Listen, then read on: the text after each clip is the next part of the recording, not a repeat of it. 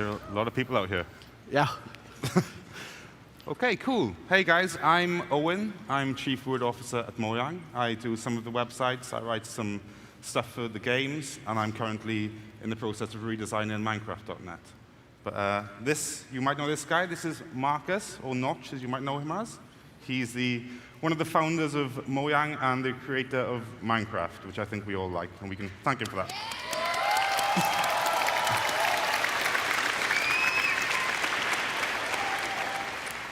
So I'm going to be asking Marcus some questions. I'm not going to go into too specific technical stuff, but I thought we can just get a general kind of chat together, something informal, and let's see how it goes. Is that good with you? That sounds awesome. Cool. OK, so looking around, seeing MINECON now, it's incredible how the community has kind of evolved and kind of grown. Mm-hmm. But I think you were probably further away from the actual development of Minecraft than you've been before. Would you agree with that? Yeah, definitely. Yeah, ever since I kind of handed it over to Jens, I've kind of not done much at all on it. I've been looking into maybe doing some tweaks to the sound system because the guys are so busy with the other code. But other than that, I've been trying to basically learn new things and try to prototype new games. Does it sometimes feel like your kind of kids have flown the nest, like Minecraft is kind of out of reach now and you can't go back in to touch it, or? A little bit does, yeah. Part of that is because I haven't worked on it for a long while, and part of it is because, frankly, Minecraft is so much bigger than just me or even Mojang. It's so much like what the community does with it. Yeah. So it's almost turning into this platform for a game or something. Yeah, it's become something much bigger than just a piece of software, I guess. Yeah.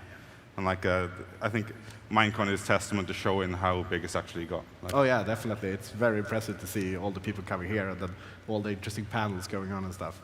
Yeah.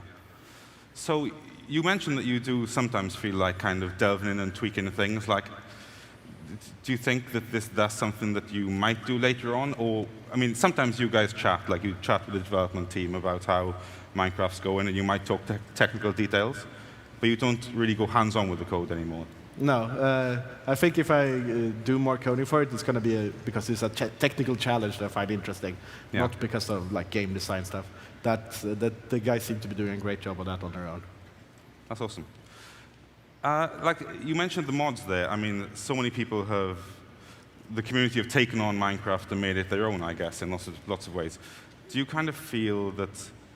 How does it feel to have something you created be kind of channeled in so many different directions? I mean, do you sometimes feel protective over the original Minecraft you made? When I was doing the development on it, doing game design, it felt a little bit like, but am I losing control of it, like on a personal level? But on the other hand, I grew up as a PC gamer, and the modding has always been such a big part of PC games.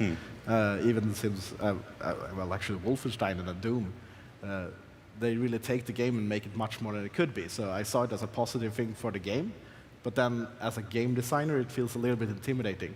Because some of the things are cooler than something I would think up, and other things are just maybe not in the direction I would go. And like, I've talked to quite a lot of you guys over the weekend, and like, I think it's quite funny that when I talk to some of the players, it's like, oh, I love Minecraft, but not vanilla Minecraft. Like, I don't play vanilla Minecraft. How does that feel? Is it kind of weird? I guess it is. Well, yeah, I didn't really expect as many people to play the vanilla Minecraft as they're doing. It's way larger than the initial idea was, which is awesome, of course, but there's no way to even understand the number of people who play it. Yeah.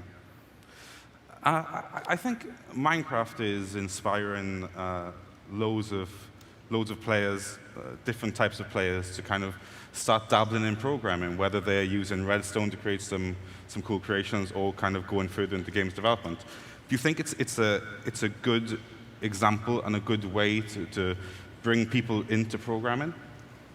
Well, I think anything that kind of interests you is a good thing.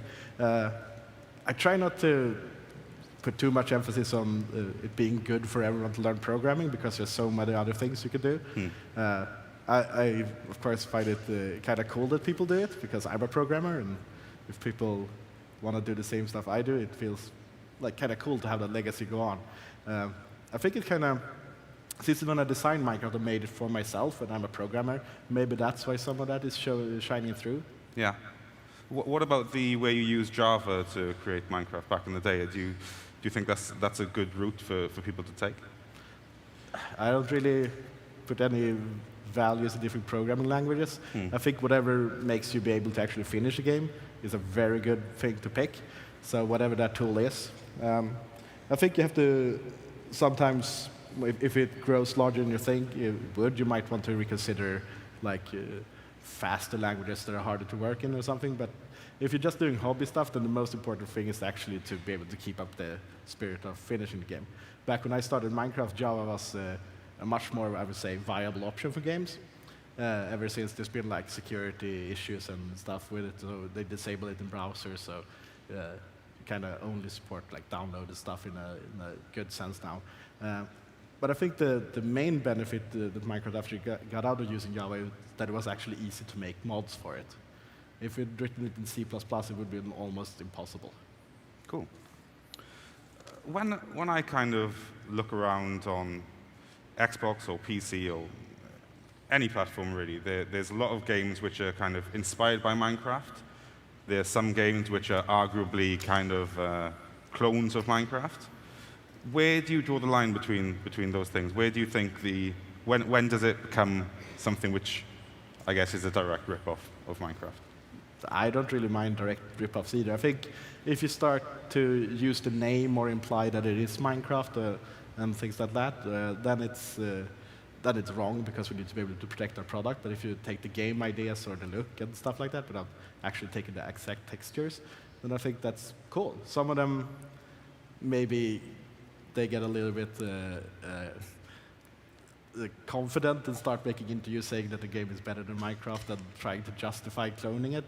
And that's when you get into a weird area. I think just saying that, yeah, I cloned that game because it's an awesome idea and I want to make one, then yeah, go ahead and make it. That's how games and all products get better. You get inspired by someone else and do your own take on it.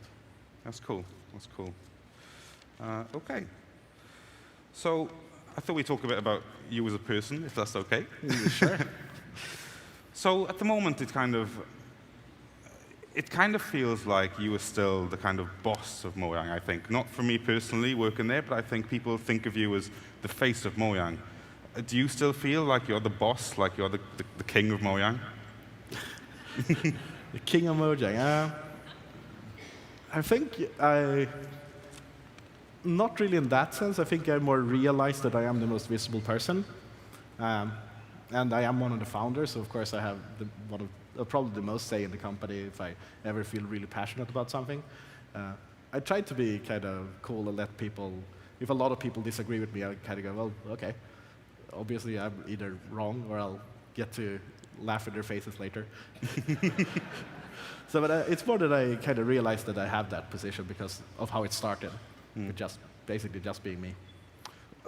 The thing is, like, most games developers are kind of not faceless, but there's a couple of high-profile games developers you could kind of recognize, or most gamers could recognize. But you've ended up in this position where you are, I think even in popular culture outside of gaming, people recognize who you are. How has that come about? I don't really know. It's a little bit strange, because when I started making Minecraft, I was on this game developer forum, and that's kind of how I was talking about it. And then people were interested in this, so I set up like a blog writing about it and started tweeting, and people from there started joining it, and it kind of grew from there. And I haven't really done many like public interviews, and I don't like submit articles to gaming sites or anything. So it kind of just grew organically, and I didn't really control it or want to control it. It's a strange position to be in because I'm a very introvert person. Not necessarily very introvert, but I kind of prefer to be alone sometimes. So it's a strange position to be in, but on the other hand, if I have fans because I made something they like, then I try to make sure to take the time to meet them.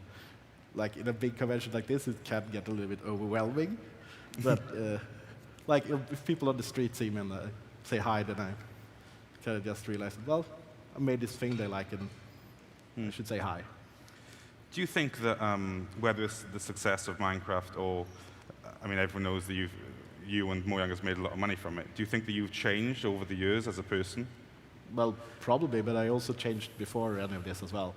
I kind of, if you look back 5 years, you're kind of rarely the same person as you were before, and assume the great success of Minecraft has changed me in some way. I feel like at the core I'm still kind of the same person, but I'm slowly getting more used to perhaps like talking in front of people or whatever. And I got in a little bit more careful with my opinions on the internet. Yeah.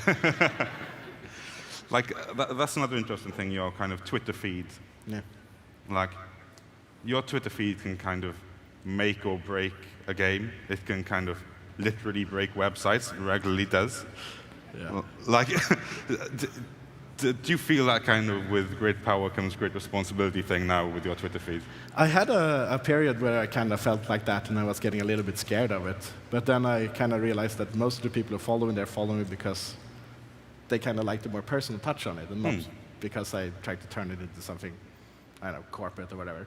So I tried to go back to tweeting more personal stuff, because hopefully that's interesting to people. And that's what I want to tweet anyway.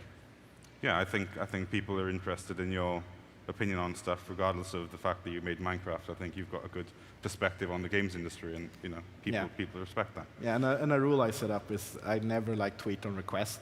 So even if it's a good friend and they made something cool, I only tweet it if I actually like independently or something find it and really like it.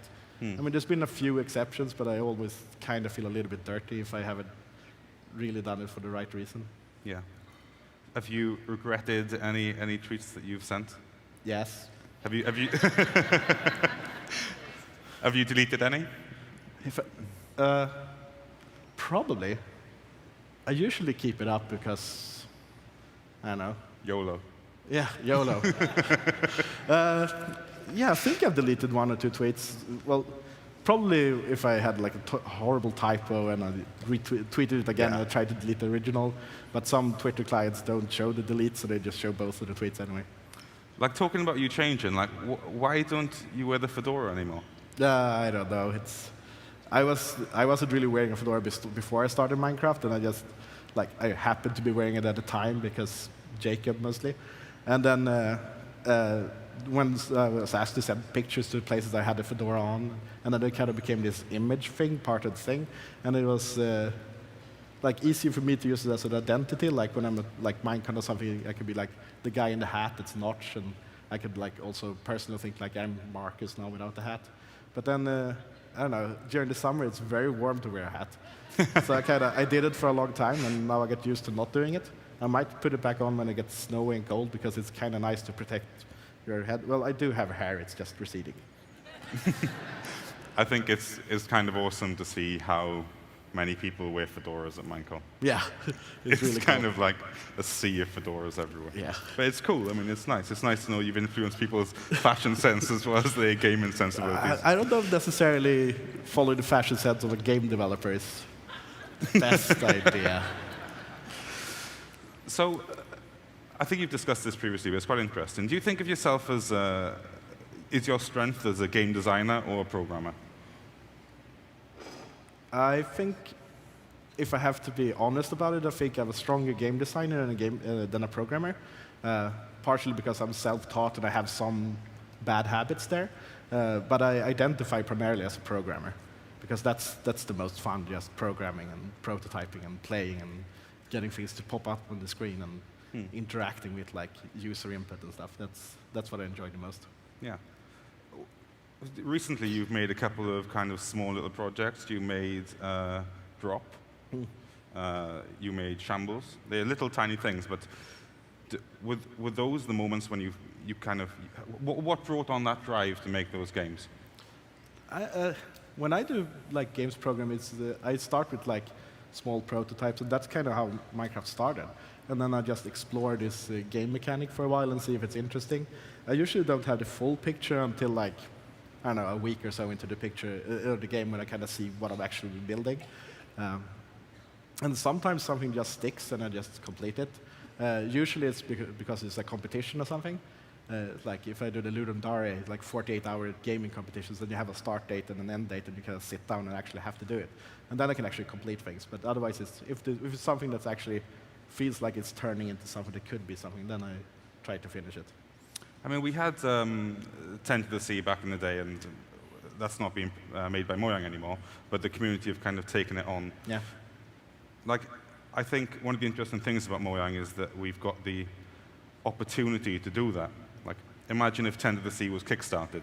I mean, Yeah. it would have to be completed.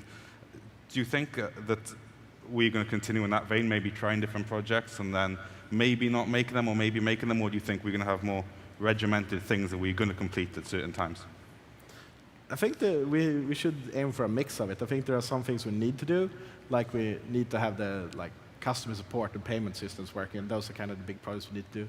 But those are a little bit more internal. And I think when it comes to game development, I would prefer it if we did it in more the style that I'm comfortable with, to just experimenting. Because we have the opportunity to do it, like having a small team that has a game that's kind of too big of a success compared to the small team. So we could just do prototypes, hopefully, and see what sticks. And then whether or not we want to talk about it publicly depends on the team who's working on it. Yeah. Because sometimes there's a little bit too much pressure when you work on it, that it doesn't feel as exploratory anymore. Yeah. I think Mojang's unique in that sense, in the way we're kind of privileged to be able to do that kind of thing. Like, yeah, it's interesting. On that note, I mean, do you feel a kind of, like the Minecraft success is obviously awesome and there's so many people who love Minecraft, but do you sometimes feel like it's a kind of burden on your shoulders when you're making new things, like you need to follow up and need to go even close to what the Minecraft has become? Yeah, I had a period when I definitely felt like that. And I didn't necessarily know that I felt that way. I just had this I kept comparing everything to Minecraft, and that's kind of how 10 to the Sea came to be, but I think it's what's too big for me at the time to do. Maybe in the future when I don't feel that burden, I might do it. But then I kind of thought about it for a while, and then I decided, no, I'm just going to do the small prototypes for now. Yeah. And it feels better. And it's not really a burden, because it's one of the biggest blessings in my life, obviously. Of course. That it happened. So I'm still happy about it, but it does affect me in a way. Yeah. And I think it'd be impossible for it not to affect you, really. I mean, it's a pretty big game. No, it's a completely crazy thing. Cool. Okay, let's talk about some other little things. The logo. It's not up there yet, not at the moment, but what is it? I don't know. I have no idea. It's way back in the day when me and Rolf Jansson were working on a game called Verm Online. We had a company called Mojang Specifications. I got to keep that name after we kind of split ways. And I designed the logo for it as well. And it's just basically me playing around in Adobe Illustrator for a while. It doesn't really mean anything. And in school, I actually studied graphical design or something for some reason. I'm horrible at it. And I tried to remember what I actually learned, which wasn't much. And it kind of turned into that weird abstract shape. I kind of wanted it to be something that you would kind of notice and think about. And that's kind of the primary goal of it, but it doesn't really represent anything. I had some thoughts when I did it and tried to go back to what I thought about in school, but I don't remember it now.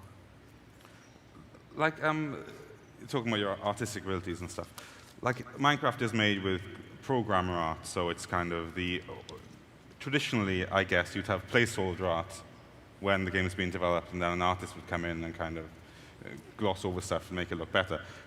Do you think that that could become a kind of trend amongst indies? Or I guess it is becoming a trend, isn't it? Do you think Minecraft? It already was a trend amongst indies before I even did it. I mean, partially because of retro nostalgia, and also partially because if you have really low-res textures, then you can kind of, in a sense, almost brute force it. You just keep pushing pixels randomly until it starts to look kind of what you want it to look like. So that kind of works, and the combination of it having a distinct kind of almost indie feel to it, when it's more like a retro feel, I think helps a lot of games as well. Yeah. I think recently it's been kind of moving away from that, where people do more stylized graphic and stuff, which I think is really cool. Cool. Okay. I've kind of lost my train of thought. So, 1 second. Talking about the indie community in general, so do you still feel like do you still associate yourself with the guys making these indie games, like maybe two-man teams, kind of making something new and fresh and hoping that it takes off? Associate myself how? Do you still kind of think of yourself as an indie guy, and you could just chat about the indie development scene with other indie people. No, I never really was in that situation, because when I started Minecraft, I was working another job, and I just started this as a side thing to see if I could make something. So I quit that game development job and worked as a web developer, and kind of Minecraft just took off immediately. So I never, like, a lot of indies try to make something like profound that they spend a lot of time on, and they actually have to like struggle for a while because it's hard work. And I never really had to do that, and because it was kind of the first independent thing I did, I never really was in that.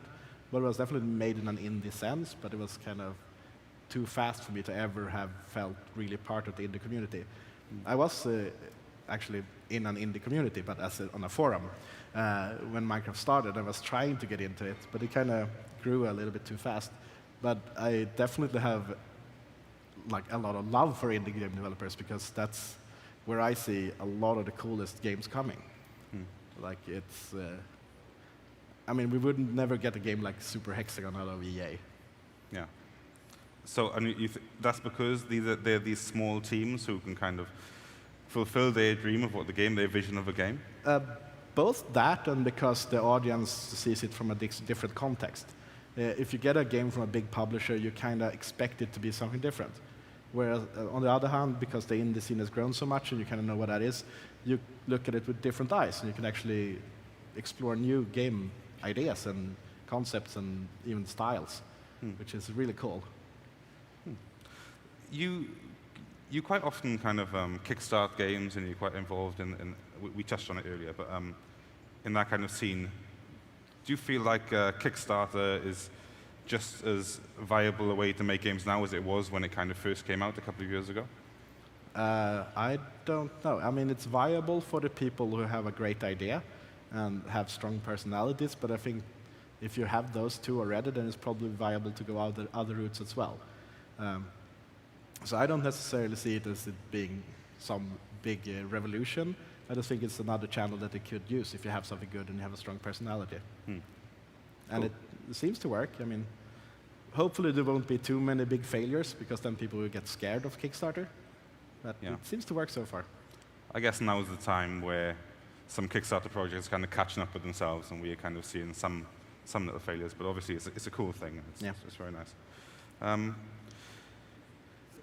Do you still kind of go on the net and kind of read comments threads about yourself and stuff like that? I learned very early not to do that. It's even if there's best case 999 positive comments and 1 negative comment, it seems like the web designers make that one like 10 times larger somehow. I don't know how they do that. It is horrible.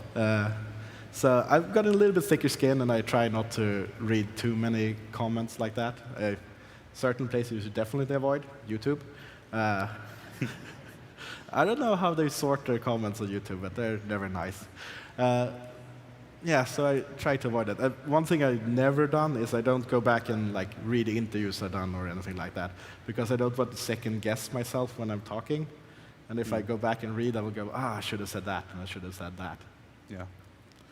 I mean, how do you think you are perceived then? You mentioned you get some kind of negative comments. What do you think is the... I don't know. I don't know. It seems like a lot of the people who give the negative comments are obviously wrong, because I'm awesome. Wow, thank you.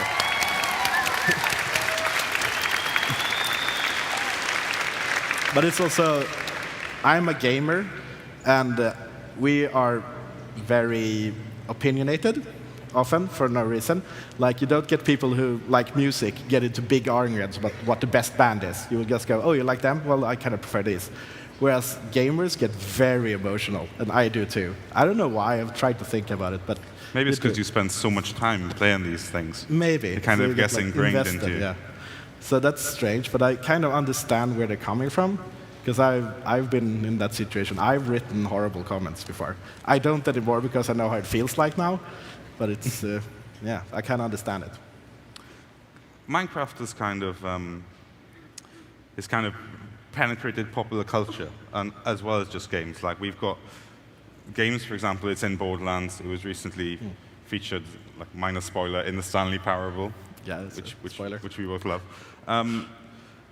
There was a South Park episode the other day. Yeah. Have you guys seen the South Park episode? Cool. I mean, how do these things come about? Like, Well, I sometimes get an email from someone asking if they can like reference it, and the only distinction is like if they're actually like if they're putting something in the game that they're gonna sell, then we say no. But if it's like a reference or something like that, then we pretty much always say yes. I don't think we said no to any one of those. So it's people who just want references for every reasons. Sometimes it's for artistic reasons, like in Stanley Parable, and sometimes it's because they're just awesome guys, like in South Park. cool. Like, do you like the idea of becoming more of a kind of celebrity and doing some kind of personal things like that, like appearing on things or talking about games in a more mainstream way? I don't know. I kind of already am a little bit famous, and I kind of got put in that position by accident. I didn't mean to, and then kind of looked up and went, "Oh, what happened? Did I do that?" So I don't know. It's at first I absolutely didn't want it at all, but now I think maybe there's more opportunity for me to share my very weird liberal opinions with the world if I do that. So maybe. Cool. Minecraft is kind of coming out on multiple consoles now. Is kind of spreading across all these different kind of ways to play it. Like, did you ever imagine Minecraft moving from PC onto phones, onto consoles? No, not at all. It was just going to be like a 6-month project that I was going to work on initially. And then it grew and still growing, and now it's growing even beyond just the code and the game. It's like this community growing around it. So all of those things are just unforeseen things that just happen that are awesome. And I think it's pretty cool to see. It's weird to play your own game on a platform that you didn't even write any code for. Yeah. Does that feel weird then, kind of picking up the controller on the Xbox version? The first time it was extremely surreal. It almost felt like a dream. Because I wrote all the code for PC version, and kind of as a programmer, you kind of when you play your own thing, you can almost like sense the code there because you remember how everything is written, or hopefully. But on the Xbox version, I didn't know how it was written, so it was like almost like, I don't know. I guess if you're an artist and you drew something and someone makes a replica of it, that might feel similar, but it was very cool. Because it's very similar, but there are differences. And then I kind of noticed those differences. It's almost jarring in a sense. Yeah. It's pretty cool. So let's talk about, so what games have you been playing recently that you've really enjoyed? I think it's interesting to get a perspective. Yeah, I think the one I played the most recently was the Stanley Parable. It's awesome. Yeah, unfortunately, I had played the mod back in the day, so I already kind of knew the plot of it, but it was very cool to see the new full version of it, and it looks better, obviously, and it has some additional content to it. And then he had asked permission to use Minecraft in it, and because I'm a programmer, I forgot that I said yes, so I had no idea when I was playing the game that it was going to have a fairly big Minecraft segment in it. And that was just weird, because the entire game is it's messing with your head a little bit, and to have something very personalized like that messing with your head was strange. So that was very, very cool. And then, of course, I can never stop playing Team Fortress 2. I played it constantly. You've got what is arguably the most rare item in TF2. Yeah, I don't know how that happened. They just gave me a custom hat. It's brilliant. It's a cardboard block with a fedora hat. And it's for all the classes, and it's untradeable, so I can't sell it. But it's really cool. Oh, yes, it is extremely cool. I'm quite envious, actually. Yeah. But what happens when you get on a TF2 map, though, when people recognize it's you? I usually go on the same kind of Swedish servers, so the same ones that I usually go to. And a lot of people there will be used to it by now. But sometimes people will go like, no, you're not the real Notch, and they get into the argument. Someone says, nobody has the hat. And someone says, no, but you can fake them. And then they get into a big technical argument of why you can't. And and I get a lot of spies after me. A lot of spies. And also, I get a lot of healers, too. So I guess people want to push that F5 save. Oh yeah. Save the notch. Yes. Notch killer. Yeah. I usually when I play after I played, I could go on Twitter and look like on the feed thing. It would be like a screenshot or two sometimes. Yeah.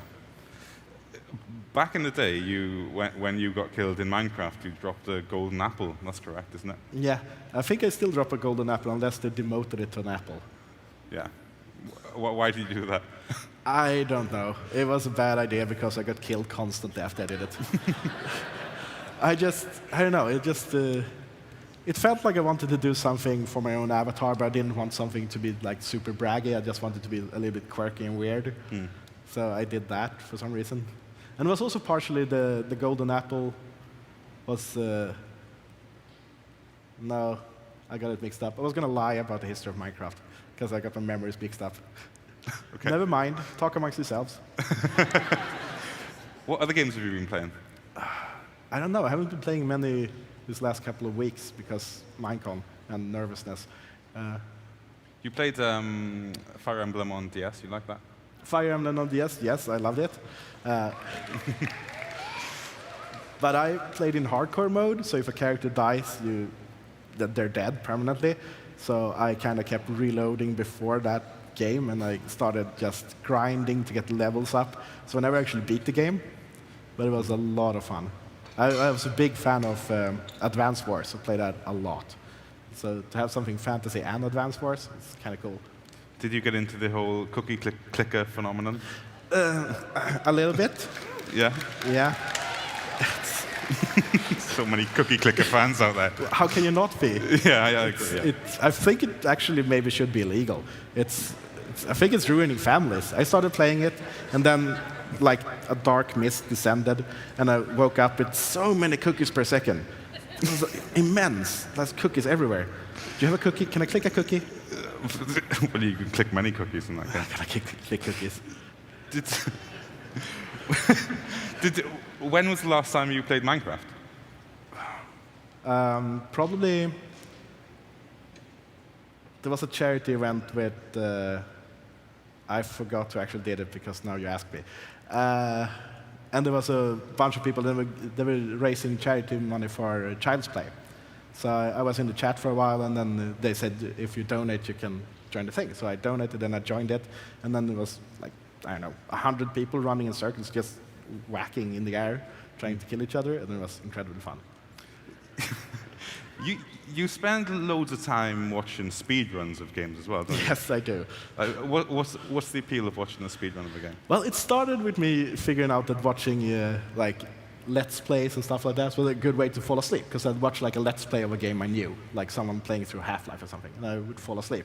And then they kind of turned into speedruns, and then I realized that they're actually kind of exciting, because there's like communities around it, and people care about it, and someone found a new route on a game, and the word spreads, and other people start using that route, and you can watch it in real time as they try to break the world record. And there's people playing for several hours, and then they make a mistake, and they reset.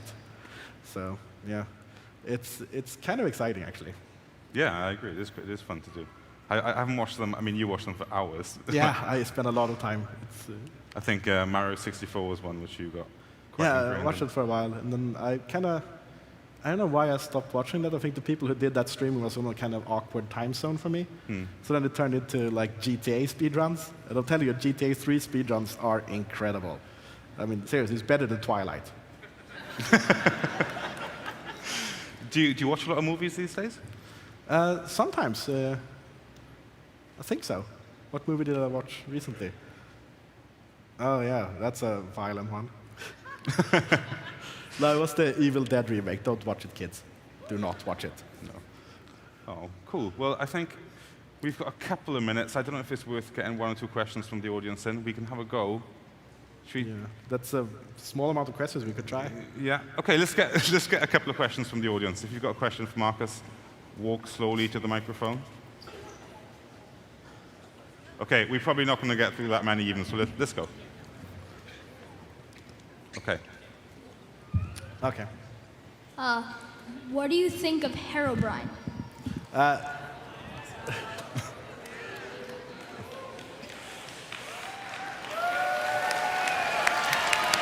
Wow.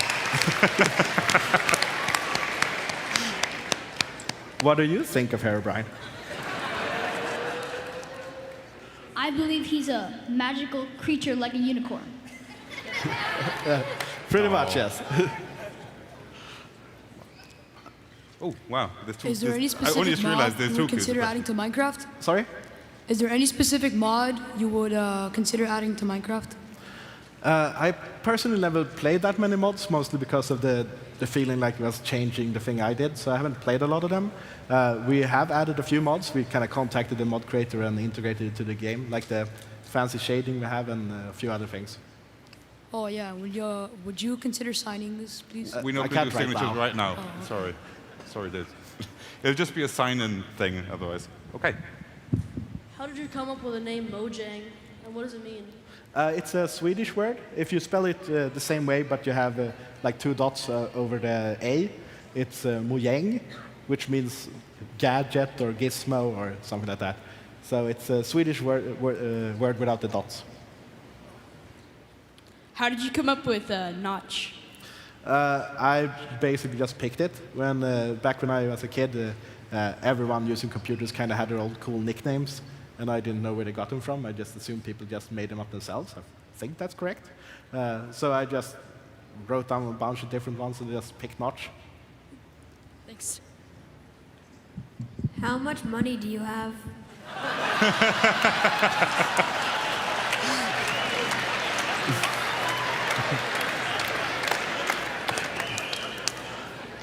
I would say I'm being humble, but I actually don't know, because it's far more than I need, and there are some banking people who are taking care of it. But it is quite a lot for a computer programmer.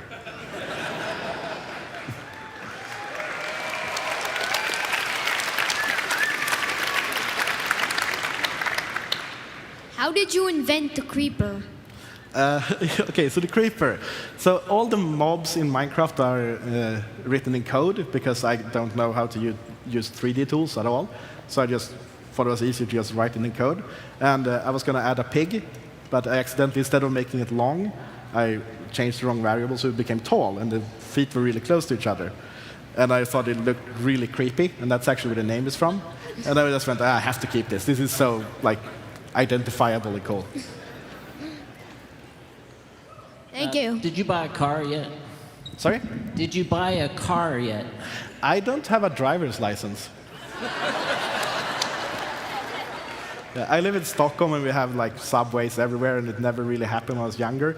I tried getting a driver's license now, but like putting me behind the wheel of a big metal thing that like destroys things, I don't really feel that that's my place. Have you ever considered getting a Segway?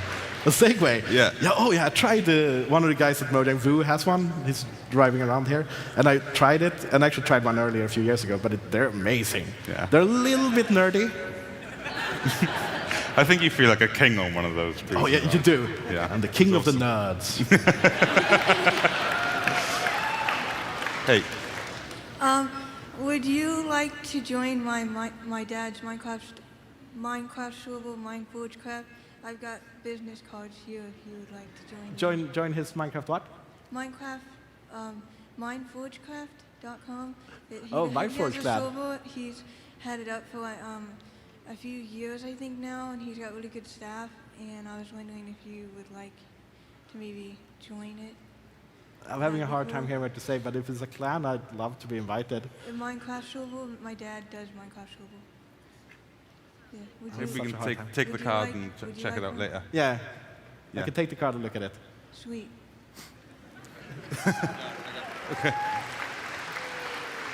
Thank you. Okay, a few more questions. Oh, actually, Oh, it does say zero. This is Should we looks like it's finish gonna these two? explode. Yeah, two more. Whatever So it is. Yeah. Do you still have that big golden name above your head in Minecraft? Unless, like, Jeb or Dinnerbone took it away, yeah. I don't know, they might take it away. They're very strict with the code these days.